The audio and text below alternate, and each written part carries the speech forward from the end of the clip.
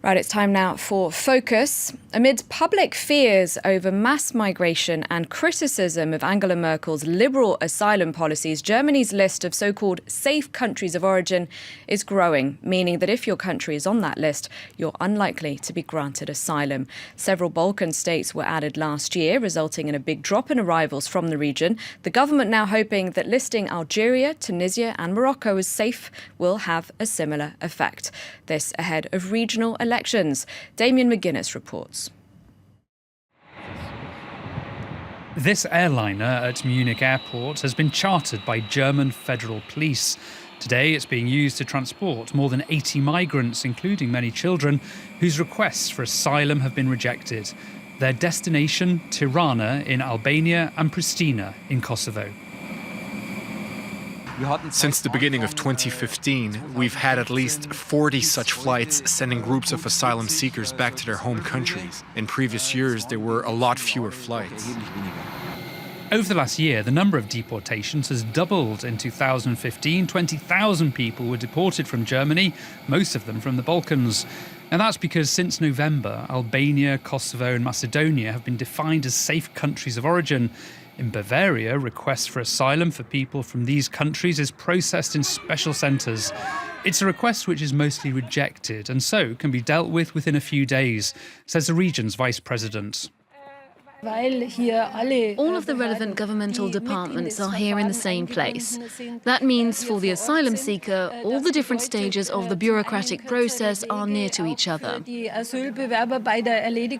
it also means that the various departments can reach an agreement on the application more quickly. The idea is that everything is done quickly, from the initial request for asylum and examination of the application to the deportation order. The authorities are proud of the new system. But this family tells us a very different story. They've been here a month already. They are Muslims from Albania. And because they still haven't been sent back, they are living here, cut off from the rest of the world. Hier ist nicht gut und dann hier ist so viele Tage nicht essen oder so. Ist so Geld nicht genommen, ist nach Hause. Die Schule ist gut, ist so Sport, Fußball spielen, mein Bruder ist so krank, auch. Meine Mama ist in die Schule keine hier und man ist für mich nicht gut hier. Afghanistan, Pakistan, Syrien, ja bleiben. Warum? Ich Premierminister, scheiße Minister Albanien, scheiße. Scheiße Minister. Ich schwarz, weg, weg, ich Büro. Hallo, komm. Du Muslim? Ja, Muslim. Weg, weg, weg, weg. Very soon, these centres will also be opened up to asylum seekers from other countries. Morocco and Tunisia are set to join the list of safe countries of origin.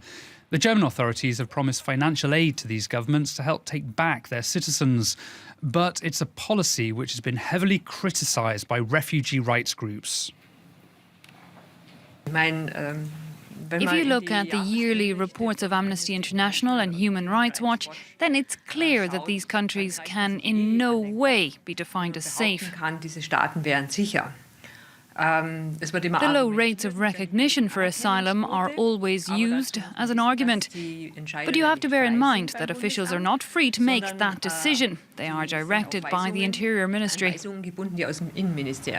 Germany is determined to speed up deporting all those who've not been granted asylum. That's because there's been a shift in public opinion. More than half of Germans believe that their country can no longer cope with these levels of immigration. At this refugee home in Munich, asylum seekers are worried. This young Senegalese man has just received his deportation order, but he says he's threatened with prison in his home country. On February 13th, I received a letter from the German government telling me that I had just 7 days to return to Senegal. They said that Senegal is a safe country, that there is no war there, that it's a democracy. This situation is troubling me. I haven't slept or eaten for 3 days. I am very afraid. The fear of deportation is something this volunteer sees every day, which is why many people opt to go underground. We know a lot of people who don't want to go back to Senegal or Mali, but who have received deportation orders. So they're hiding in France or elsewhere, trying to get by somehow. I think that's going to become a big problem. But how many people will the authorities actually manage to send back? Right now in Germany, there are more than 200,000 migrants whose requests for asylum have been rejected. And now I'm joined in the studio by Barbara Kunz, Research Fellow at the French Institute of International Relations. Hello, thanks very much for coming in. Now, as we heard at the end of that report, so there are thousands of people whose asylum request have been rejected, and so that they're in Germany. Germany only deporting a small fraction. How is it that the government, how does the government determine who to deport, and does it depend largely on the cooperation of the countries they're being sent to? Well, it depends really on the individual cases and the countries those people come from. The idea is that the system is so overwhelmed with all the refugees coming from Syria and many other countries that it is a good idea to avoid the system being even more overcrowded with people who stand no chance of getting asylum in Germany. And this is why there was the decision taken to speed up the procedures for those people where you know that they will not be granted asylum. And to, yes, I mean, sorry to say it this way, but to get them out of the system as quickly as possible. And now Germany is going to add a few North African countries to the list of countries considered safe. What difference is that likely to make? I mean, we're only talking about a few thousand people. Is it really more just about appeasing the public that's so worried about this large number of migrants arriving? I guess it's on the one side, it's indeed for the public, especially keeping in mind that there are elections coming up. But it might also have a second objective, and that is to really send the message to the Mediterranean region as a whole that Germany is not a safe haven for everybody. Because it has worked for the Balkan states that were added on the list last year. There has been a reduction in the number of arrivals from that region. So perhaps it could work for North Africa as well. Yes, that's the idea. Now, you mentioned the elections there. We've got regional elections coming up in Germany. Just how much of the campaigning has been taken up with this issue of mass migration? Well, migration is the number one issue on everything in Germany right now. So in the election campaigns, but also on television, even in private conversations, this is really the topic that everybody's discussing.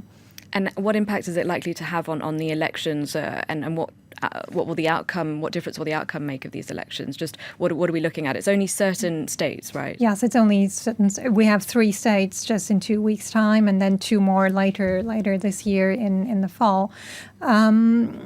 Right now, I don't think it's that clear to see what the outcome will be. I mean, there's a lot of talks, more abroad, so actually, than in Germany itself, about the rise of right-wing populism, which is not really the case. I mean, the AfD, the Alternative for Germany party, is at 10-11%, which, of course, is a lot. But if you look to other European countries and see what right-wing parties score there, then this is still not that high.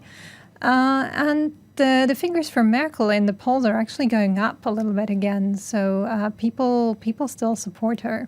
Why do you think that is? Because she's come under a lot of criticism for the open door asylum policy.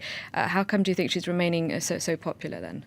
Well, I think it might also be that people increasingly get the impression that she's now doing something. In the early months of this whole migration developments, she basically just explained that we can do this, but there was very little action that was taken afterwards. And now people can see that she's very busy. She's traveling to Turkey. She's meeting with Hollande. She's invested in Brussels.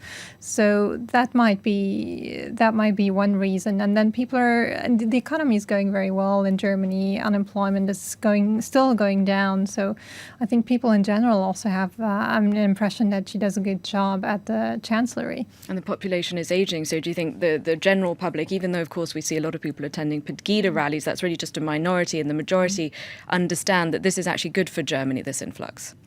Well, I'm not sure that people understand that this is good for Germany, and this is probably something that just remains to be seen. And I think people are really starting to understand the challenge at hand, but they seem to trust Merkel to actually find solutions.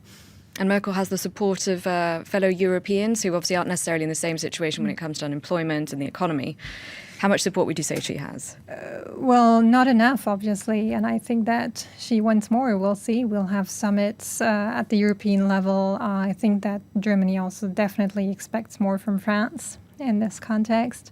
But Merkel, as well as other members of the German government, are working towards a European solution. And people, I mean, even the Poles still believe that a European solution is actually the only solution that can work. All right. Thank you very much indeed, Barbara Kunz. Thanks for coming in. And thanks for watching. Stay tuned. I'll be back in a couple of minutes.